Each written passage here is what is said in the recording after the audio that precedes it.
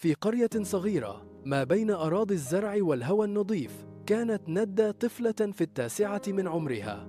عيونها واسعة مليانة فضول، بتحب تسأل وتضحك وتجري في الطين. وكانت دايما تسأل أمها: ليه البنات مش بيجروا زيي؟ تضحك أمها وتقول: لأنهم كبروا يا ندى، وكل بنت بيجي وقت تبقى ست محترمة. لكن ندى ما كانتش تعرف إن الجملة دي بتخبي وراها ليلة ما تتنسيش أبداً.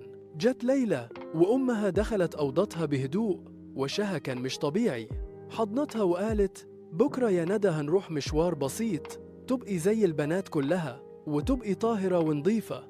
ندى ما فهمتش حاجة، لكن كانت بتحب أمها وتثق فيها. الصبح صحوها بدري، لبسوها جلابية جديدة، ومشوا سوى لبيت ست مشهورة في القرية بالداية اسمها أم حسن. أول ما دخلت شمت ريحة غريبة، ريحة قطن ومعقم، لكن في نفس الوقت كانت في حاجة تخوف.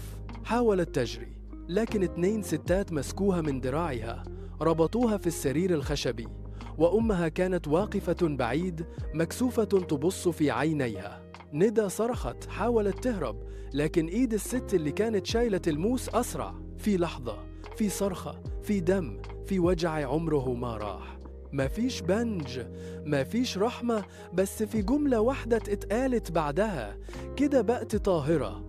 رجعوا البيت. ندى كانت بتنزف، مش بس من جسمها، من روحها.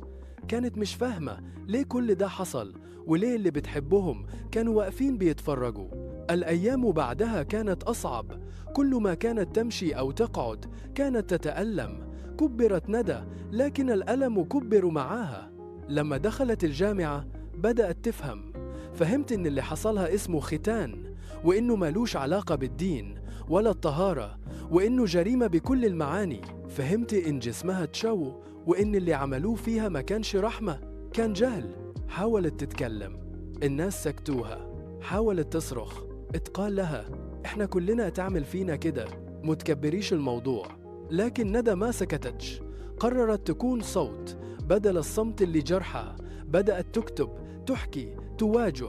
اتعلمت الطب وتخصصت في أمراض النساء، وفتحت عيادة صغيرة في قريتها. لكن مش بس عشان تعالج، لا، كانت بتواجه الستات باللي حصل لهم، وبتقول للبنات: جسمك مش عار وألمك مش قدر، ده جهل ولازم ينتهي. ندى بقت أمل، وكل ما تفتكر اللي حصلها تحط إيدها على قلبها وتقول: يمكن محدش أنقذني، لكن أنا هفضل أنقذ غيري.